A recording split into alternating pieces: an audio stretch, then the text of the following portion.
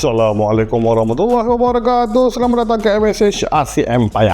Hari ini saya nak announce kedatangan, ketibaan produk MJX dah mendarat ya. Apa yang baru sampai untuk produk MJX kali ini, kita ada Abu Dhabi skala 17, kita ada Polo R skala 17, kita ada Bronco R skala 18 dan juga kita ada H8H iaitu Defender skala 18 dan of course barisan-barisan produk MJX yang lain lah.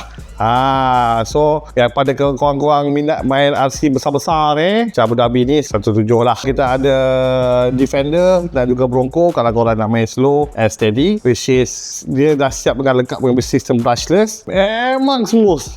Memang sangat-sangat smooth untuk korang main crawler dan juga korang nak main sedikit laju pun tak ada masalah. Dan juga sistem-sistem lain lah, contoh macam Bronco yang skala 112, Monster Truck skala 114, Buggy skala 116 dan juga kita punya best seller sekarang ni, kita adalah Rally skala 110 ya, Polo ni. So ramai sangat yang tengah teracun dengan Polo ni sebab body dia sangat-sangat menawan dan juga lampu full system depan belakang, dan paling best sekali korang boleh main off-road. Contohnya korang boleh main di mana-mana track off-road yang ada di sekitar KL ataupun seluruh negara. Okay, so macam biasa kalau korang nak dapatkan MJX yang baru sampai ni, korang boleh singgah ke MSH hari ni, dan juga kita sediakan escalator untuk korang pada yang nak menggunakan asuran dan juga postage ke seluruh Malaysia. Kita berjumpa lagi di video hadapan. Assalamualaikum.